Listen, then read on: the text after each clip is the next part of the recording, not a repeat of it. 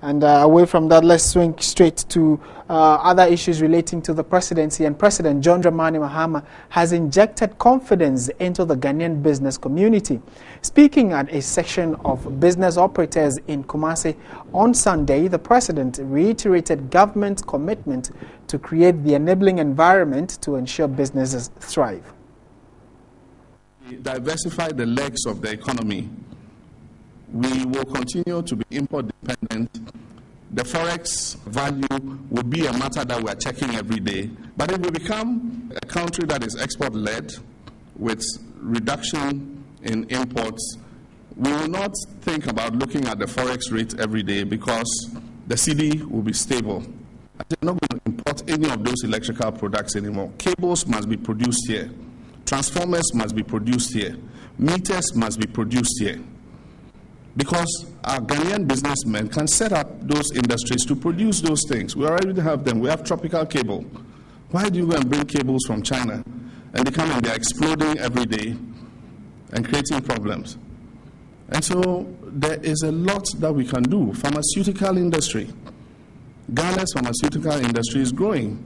And government is supporting it to grow as part of the agenda for transformation. We've given 50 million Ghana cedis in assistance to pharmaceutical companies. What we need to do is to make sure that there's not excess liquidity, but that the money is going into productive things.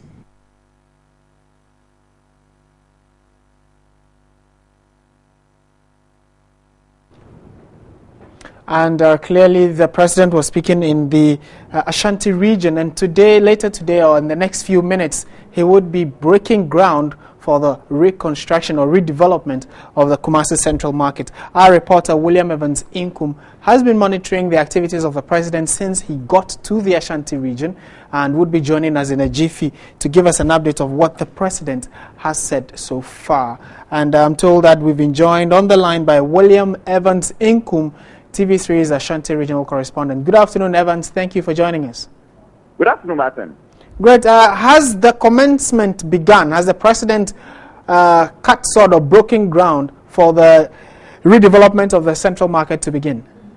Well, Martin, we're going to say that very soon. The president just arrived, and as I'm speaking to you now, the Ashanti regional minister is addressing the gathering. Martin, I must say that it's been a long journey to this point, something that a good number of people in the Ashanti region are waiting to see, redevelopment of the KJTR market. And I'm told that the first phase, which has just begun, because I've seen some level of engineering work ongoing even before the official commencement, and it's expected to last or span for a period of 24 months before they effect the second change, the second phase. That will be the Kumasi Central Market proper.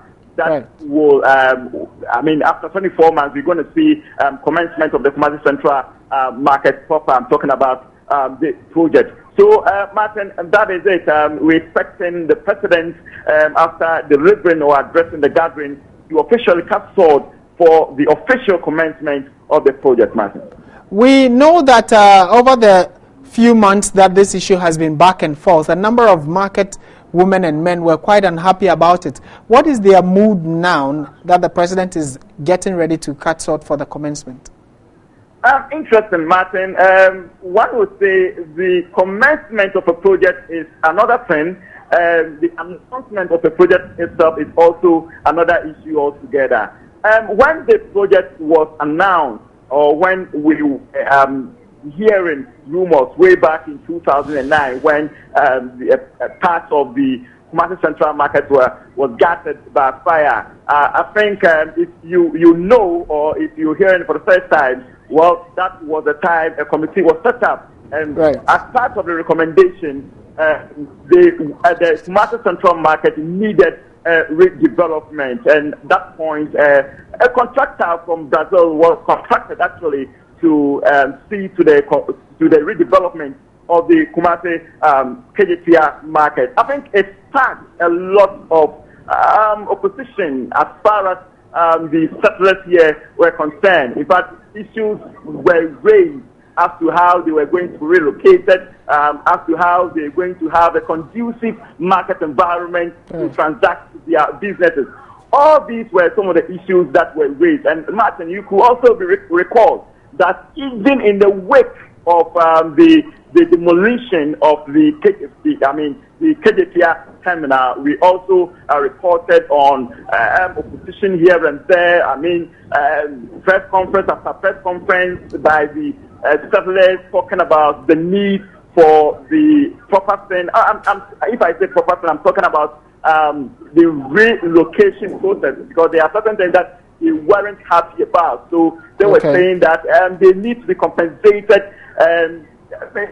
very well to be able to ensure that they have a livelihood even after leaving, Kumasi KJTR market. All these things were some of the concerns that were raised by the traders. But now I can tell you that it's a different picture altogether. I've cited a couple of them. They are here. I've spoken to them, and they are saying, why not? We were not just against the redevelopment of the Kumasi KJTR market, but we were appealing to the authority to ensure that the proper thing is done. I mean, if you are relocating us to different places, they need to ensure that they have enough facilities that will streamline or make their business work better. But I can tell you, they are happy. At least some of them who were involved in that opposition. Now, if you speak to them, it's another issue altogether, Martin. Thank you very much, William Evans Inkum, with that comprehensive report. The president is about cutting sword for the commencement of that project in the Ashanti region.